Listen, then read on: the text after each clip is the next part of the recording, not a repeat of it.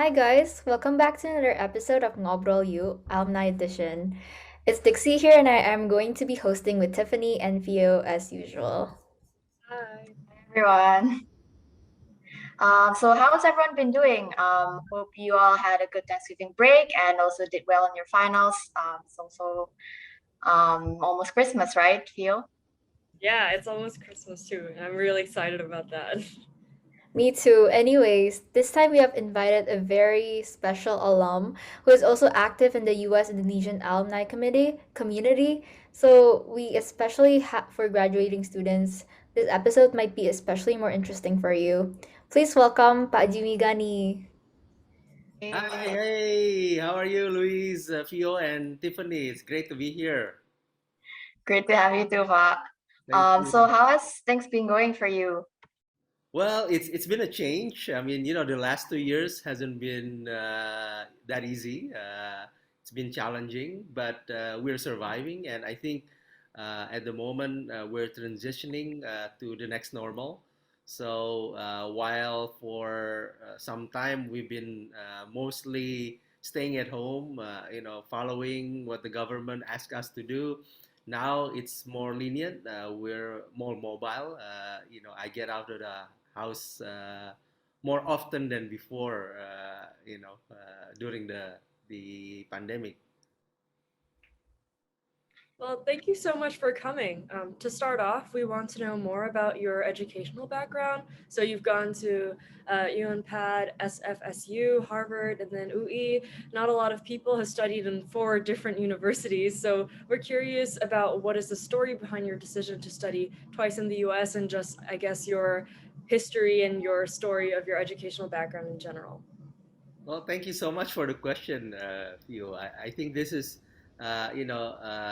learning is embedded in my gene, I guess. I am a proponent of lifelong learning, so you never stop learning. And I was lucky because my father was a career diplomat, so he was stationed in a number of countries, during his career. So that's how I went to different schools, during my childhood years. I was, taking my education in Japan and then in the US and so on.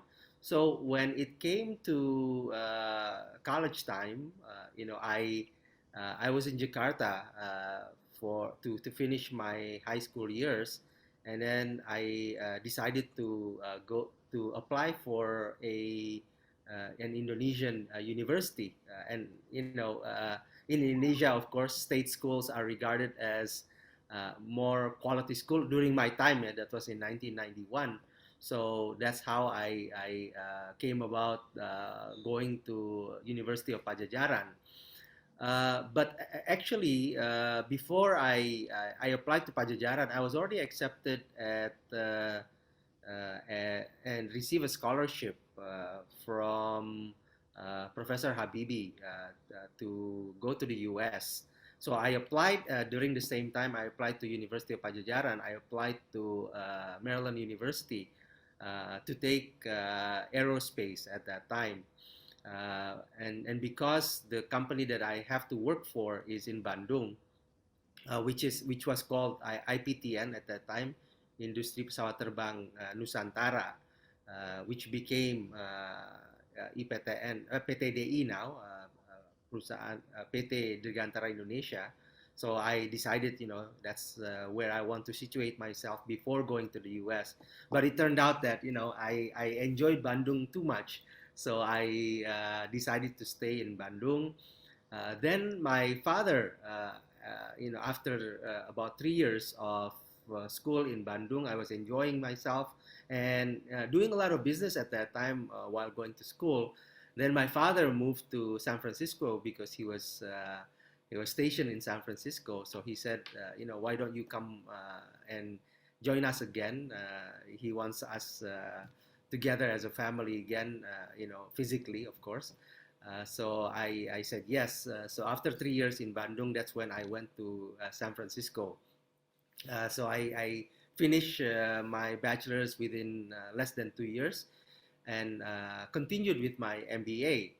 But I again, because I'm a son of a diplomat, for me, moving around is something that I like also. Yeah? So while I haven't finished my MBA, I went back to Indonesia already and then started my business and started to work. And then I forgot about finishing my thesis, and that's how I ended up thinking about someday I will need to take my master's degree, and that's when after let's say from 1997 to 2012. So after 15 years, about 15 years, then I decided to go back to school, and that's how I got into Harvard. Yeah, I got a scholarship there, and then continued my not continue but restart my masters, and then straight after I came back, I started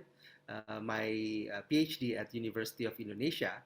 But at that time, because I was also working, I had my business. I was working as a executive director and CEO of a university, and as an advisor of the minister. Couldn't have the time to finish my PhD, so I stopped after 3 years, and now I'm beginning again. There's no stop to learning. Yeah? So I just began my first semester this year, restart my PhD, and hopefully I won't have to finish until more than 3 years. Hopefully this time I really finish. So sorry about so long of a story, but I thought that I would share with you, Fio. That was a really interesting story. Since you spent lots of years in abroad, what was your biggest takeaway from learning abroad?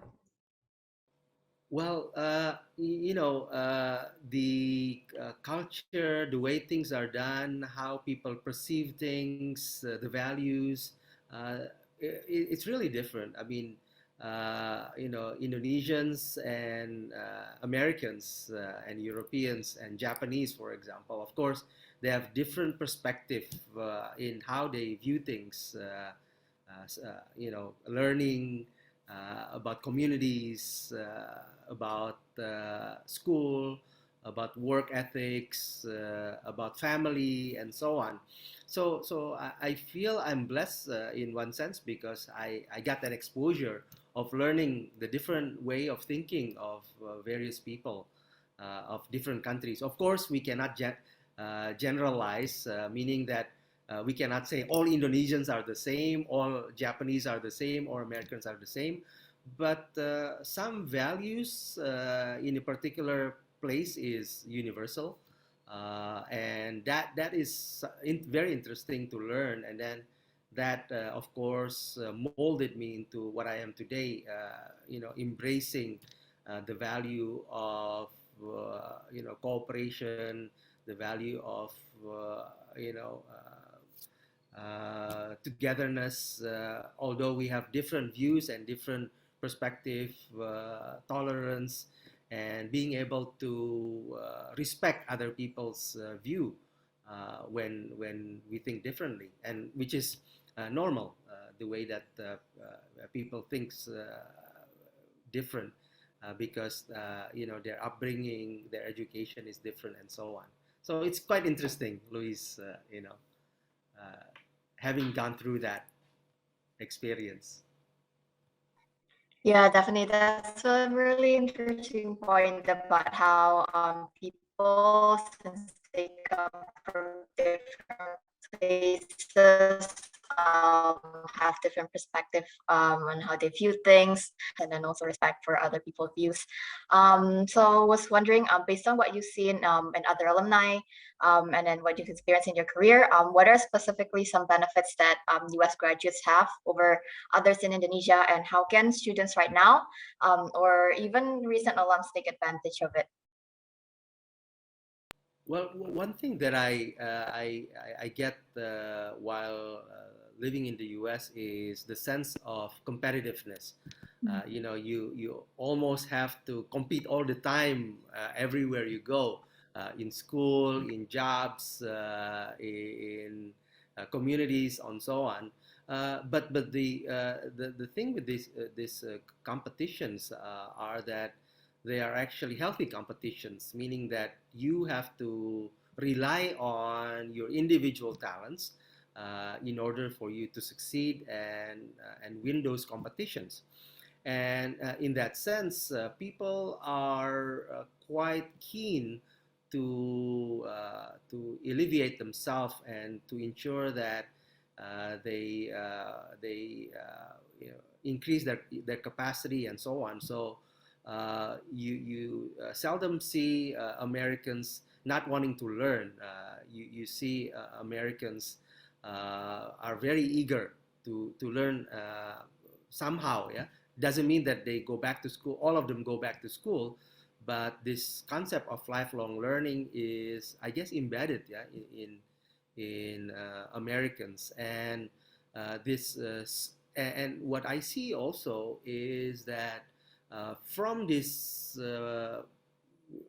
competitive values, people are also keen to show their success. That's why they have American dreams, which will portray that everybody has the chance, no matter who you are, what your upbringing, your education, you have this opportunity to succeed in society. As long as you believe in yourself and you work hard at it, and that's, I think it's very important values that we can take. And lastly, although there are of course a lot of other values, what I see is quite interesting is the values of serving and giving back. Once you achieve that success, once you are privileged to have things that other people may not be privileged to achieve, then you start to see how you can actually serve and also give back to society in different forms, volunteering, so, and then donating to your cause and so on. So I see those are some of the values that people who lived in the U.S. Have picked up probably while they're living there. Thank you so much for that answer. It's so interesting that you framed the competitive culture in the US as being a community that motivates you to learn more and strive for more. And I think that's really interesting. And I would like to speak a little bit more, ask you more a little bit about communities. So I think a lot of students are involved in extracurriculars and organizations in college, but once they graduate, the organization activities and such, they're kind of hard to continue, and a lot of them actually end up stopping. So I'm wondering if you have any advice on how graduating students can stay involved in the communities, especially the US and Indonesian communities. Well, very interesting if you asked that, because I think that humans are meant to gather. They like to socialize, and we are not creatures who can stay and live by ourselves. And somehow we'd like to surround ourselves with people, and most of the time we'd like to to surround ourselves with people of the same with the same perspective and values, so that you get along with them and you can achieve a lot together. Whether it's fun, it's for valuable purpose, it's for political purpose, it's for what you believe in, for example, religiously, and so on.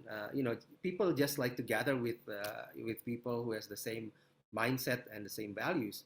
So I think that although during college times, maybe you see that as something that that is a so-called a must, yeah, because of course you want to be you want to hang out.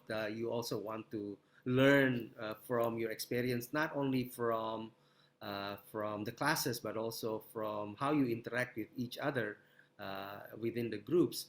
Outside of school, you're almost if you don't force yourself and take the time, it's something that may not come into your mind, because after graduating, you may be focused in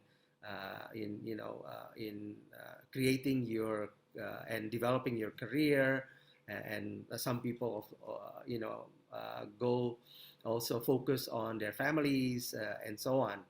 Now, I think that one thing that is important in terms of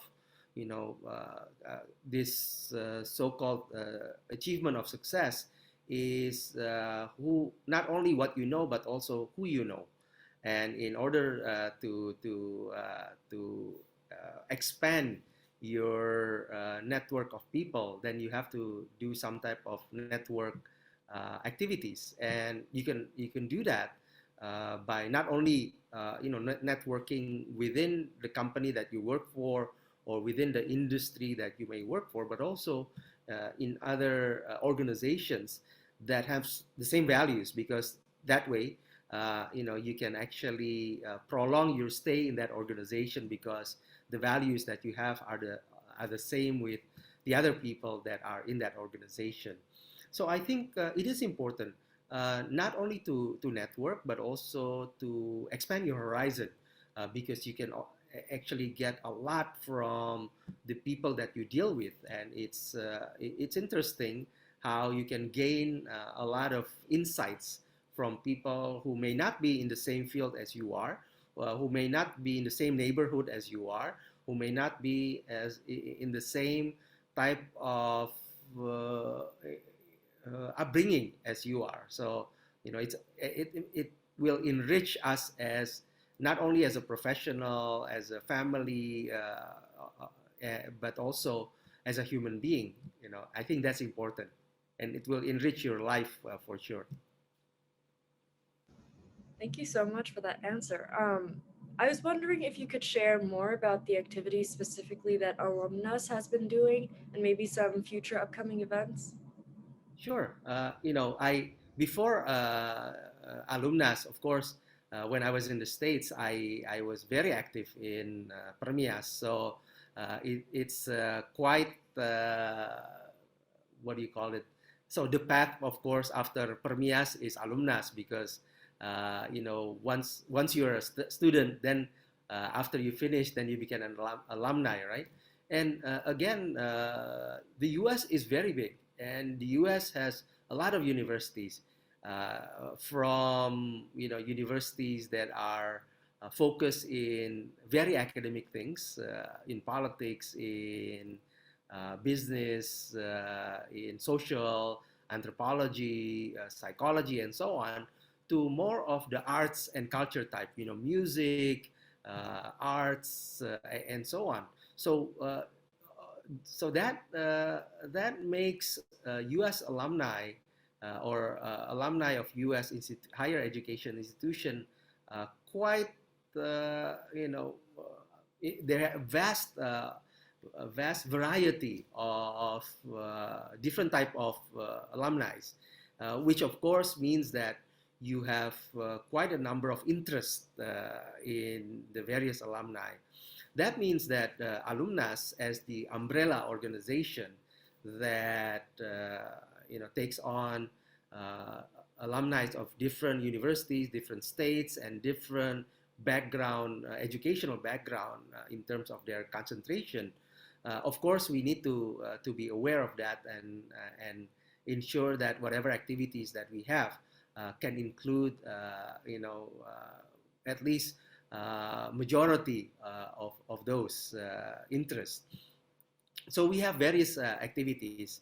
Of course, one is to ensure that we have togetherness, consolidating the inward of our members. Yeah, meaning that, for example, we have sports activities.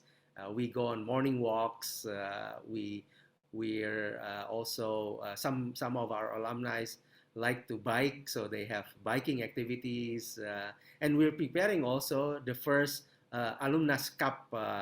We were going to do it this year, but because of the the situation, we're going to do it next year, hopefully, when things make it possible for people to compete, in basketball, in soccer, in football, and then in team sports as well as individual sports, so that people can actually represent their universities, or if their universities too small, they can represent their state or city that they used to live in, so that we can gather up and compete, but in a friendly way.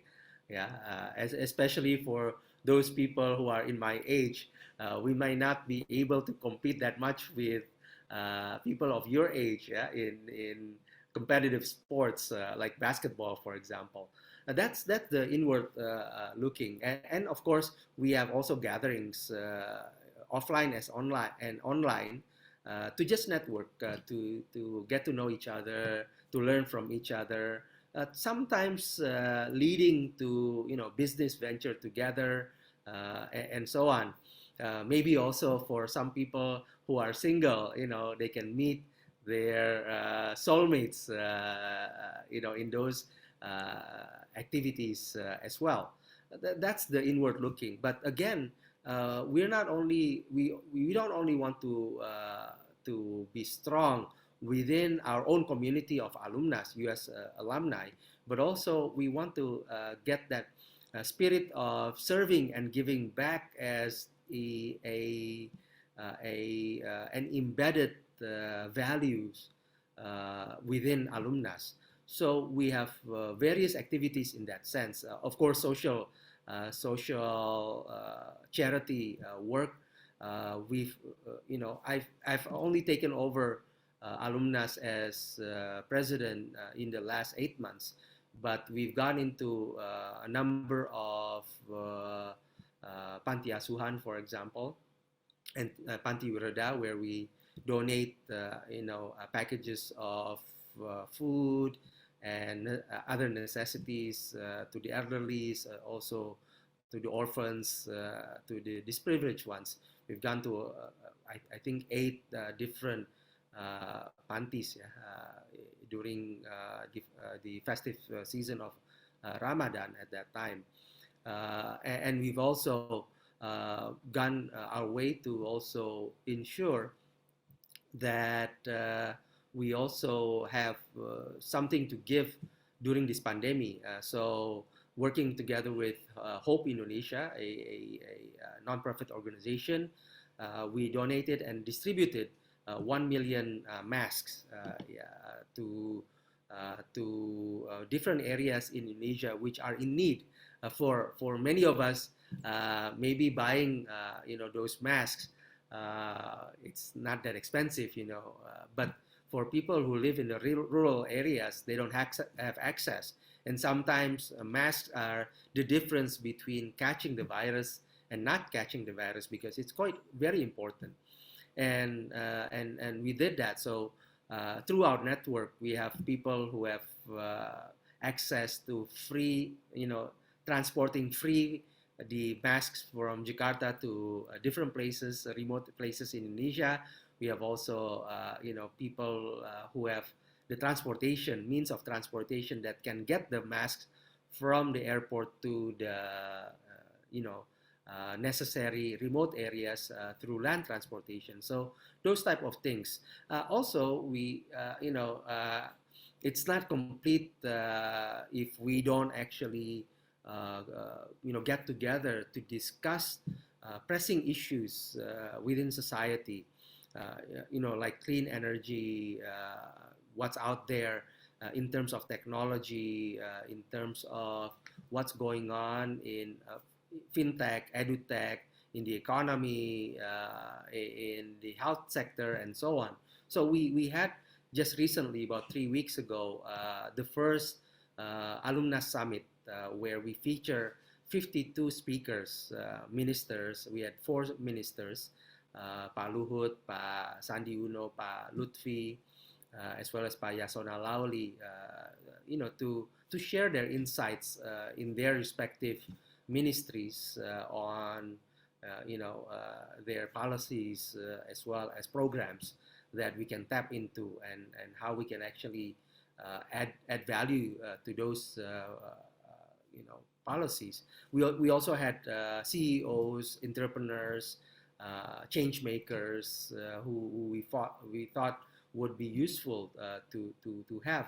So this was a 2-day virtual event, but leading to that we had dozens of webinars, focus group discussions to actually talk about again some issues that we thought might be in need for various perspective that our alumni can actually contribute. And sure enough, of course, that was quite enriching the event, and we are in the process of getting the concepts put together into a book so that we can start to distribute those ideas and concepts to people who may benefit from what was discussed. So those type of things. Of course, there are other events, but we are getting other events also in the pipeline for 2022. Wow, that was a lot of information, and I felt really enriched from that. It's so interesting to hear there are so many fun activities for alumni, such as early morning walks, as what we view in graduate students' activities. They are usually serious stuff.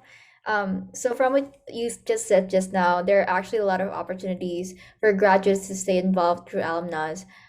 It's important to know how to build your network as well. From an alumnus perspective, what are some of the tips and tricks or do's and don'ts in networking, especially with alums?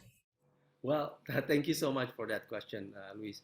I think it's very important for Indonesia to have more educated middle class type of professionals in the future. And in order to build that faster, we need some type of to establish some type of ecosystem. And in that ecosystem, of course, there would be people who have the necessary network, the necessary resources, money-wise, market-wise, business-wise, and so on, who can actually add value to those who's just starting. Like the fresh graduates, the recent graduates who are just in the midst of building their career and so on. So I think this combination is quite interesting. We're trying to get together, for example, a mentoring program going. I think that's also a program by PERMIAS which we've talked about, but we haven't actually put together and bridge that those two activities and blend into one.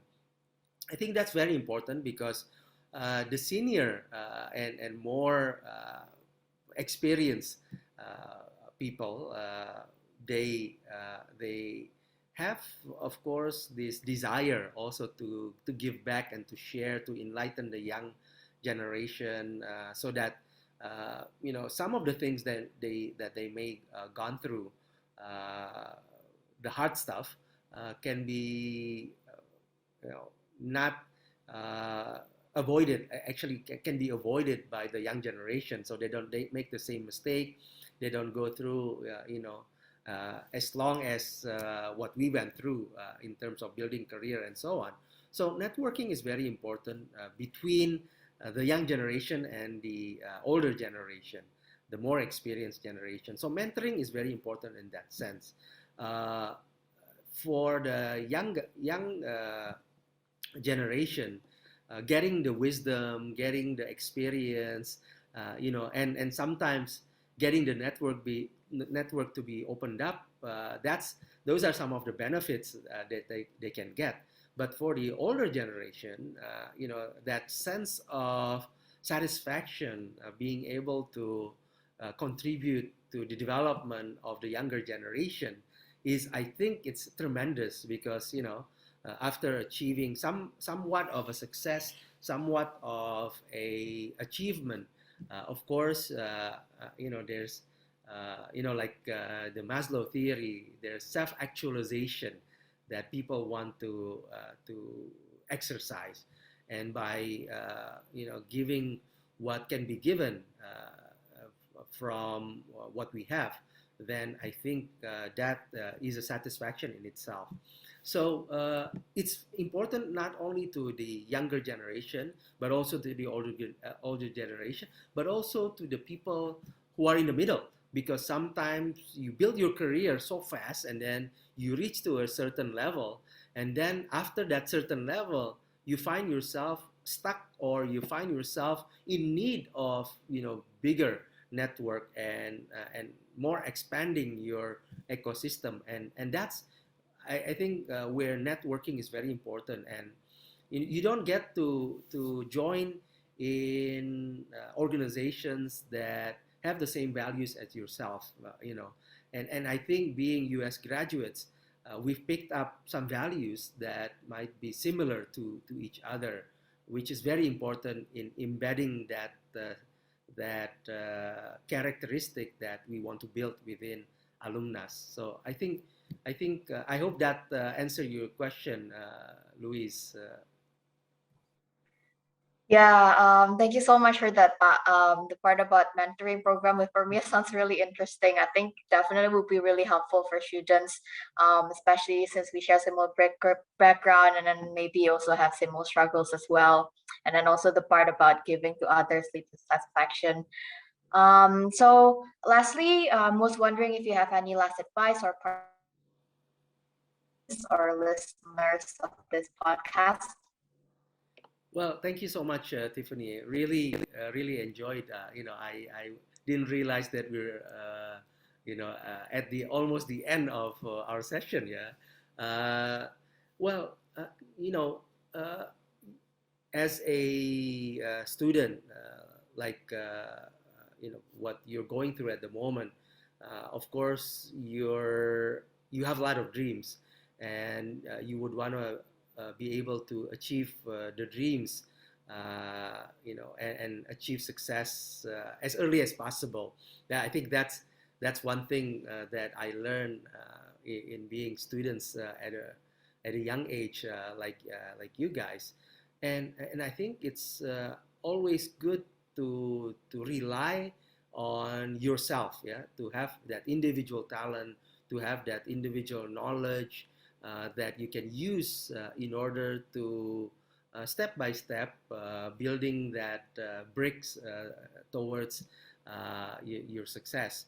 But when we talk about the ability to achieve success in a more broad way, you cannot achieve success just by yourself. It has to be, with the help of others, and a good ecosystem, a great ecosystem, would enable an individual to achieve and improve their probability of achieving that. So I think for students, it's always great to achieve success in their studies, but also they should uh, try from the beginning, while you're in school, to establish that network of like-minded people, which you feel comfortable of surrounding yourself, and you feel are beneficial, for your future endeavor. Now, I think also, I need to promote alumnus as well, of course. Yeah. And I say that not because I'm the president of alumnus, but I say that because I understand the need for, again, for situating yourself with the right type of people. And uh, alumnus, although we are still building our network of alumni, but we have potential of more than 100,000 people who have graduated from US university or higher education institution. and I think that constitutes for a potentially powerful group of people who have that similar values of wanting to achieve success, togetherness, wanting to serve, giving back, and so on. And this is where I urge and invite all of you, not only the three of you, but also for others to join us, to consider being amongst people of the same values and the same like-minded people. I think that worst case scenario is you join and then you don't you don't you feel that you don't fit. But I don't see that happening. I think most people are not joining because they haven't heard of us, they haven't heard of our programs, they haven't heard of what can be beneficial to join us.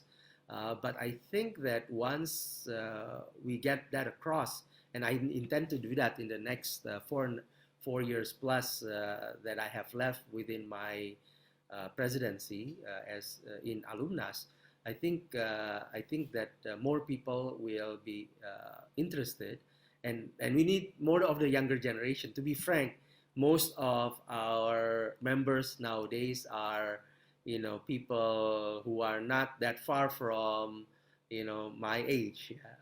They're in their 40s, maybe 30s, yeah, and 50s, some even 60s, and some even 70s. But we need more of the millennials, people who just recently graduated, in their 20s or early 30s at most, yeah.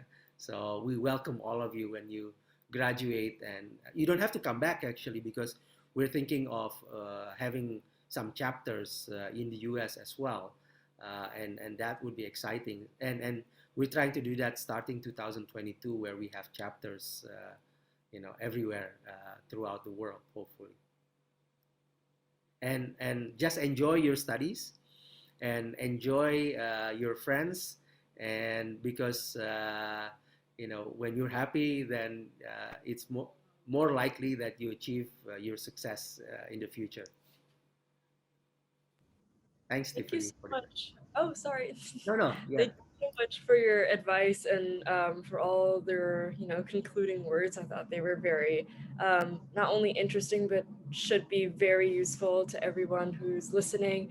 And so I guess this is where we conclude our talk show session.